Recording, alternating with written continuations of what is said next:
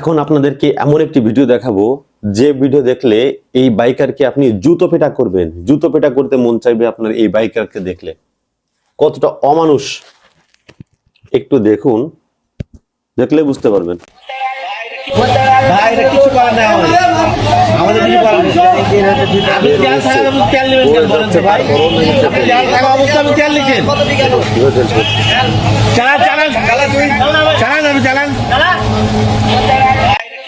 তেল আছে, তেল আছে, তারপরেও তার আরো বেশি তেল লাগবে।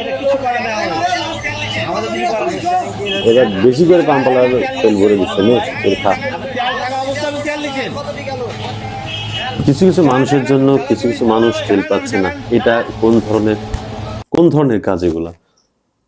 এখনো যারা এগুলো করছেন দয়া করে করেন না, দয়া করে মজুত করলেও করেন, কিন্তু নষ্ট করেন না। কোনো জিনিস নষ্ট করেন না, যেন পরবর্তীতে ব্যবহার করতে পারেন, তাও ভালো। কিন্তু কোনো জিনিস নষ্ট করা ঠিক না ভাই। এ ধরনের নষ্ট কখনো করা উচিত নয়। লম্বা লাইন দিয়ে মানুষ তেল নিচ্ছে, কিলোমিটার পর কিলোমিটার, সময় নষ্ট হচ্ছে, তারপরেও মানুষ তেল নিচ্ছে।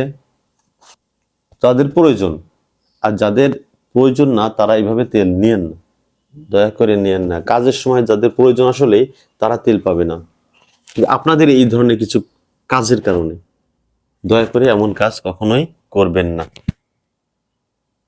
দয়া করে করেন না। তেলের দাম বাড়ে নাই, পাম্প আলা যারা মজুত করছেন দেখি তারা এবার কি করে দেখব। তারা কি আসলে তেল বিক্রি করবে, নাকি সেই স্টক এখন ধরে রাখবে?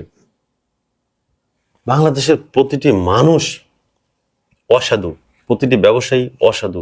যেখানে ব্যবসায়ীদের হওয়া উচিত ছিল সৎ, যোগ্য হওয়া উচিত, সৎ হওয়া উচিত, সেখানে তারা পুরোটাই অসৎ। তারা কিভাবে মানুষকে ঠকিয়ে বেশি ফয়দা নেওয়া যায়, এটাই তাদের একমাত্র লক্ষ্য। মানুষকে কিভাবে ঠকিয়ে আমরা বেশি ফয়দা নিতে পারি, এটা কোনোভাবেই হওয়া উচিত নয়। কোনো মানুষের পক্ষে এটা করা উচিত নয়। যদি সে অমানুষ হয় সেক্ষেত্রে সে করতে পারে, কিন্তু কোন মানুষের পক্ষে এটা করা ঠিক নয়। অবশ্যই ভিডিওটি বেশি বেশি করে শেয়ার করে দিন, যেন প্রতিটি অসাধু ব্যবসায়ী দেখতে পারে এবং তারা যেন সংশোধন হয়। তারা অবশ্যই তাদেরকে সংশোধন করতে হবে। তা না হলে সবাই যদি অসাধু হয়, একটি দেশ চলবে কিভাবে? একটি দেশে তো মানুষকে কিছু অংশ তো সৎ হতে হবে। বড় বড় রাজনীতিবিদ থেকে শুরু করে সবাই অসৎ হওয়ার প্র্যাকটিস করে, কিভাবে তাদের পকেট ভারী করা যায় অসহায় গরিব দুঃখীর টাকা মেরে। এমনটা দয়া করে করেন না। বেশি ভিডিওটি শেয়ার করুন এবং ভালো লাগলে লাইক, কমেন্ট, চ্যানেলটি সাবস্ক্রাইব করে রাখুন। আসসালামু আলাইকুম।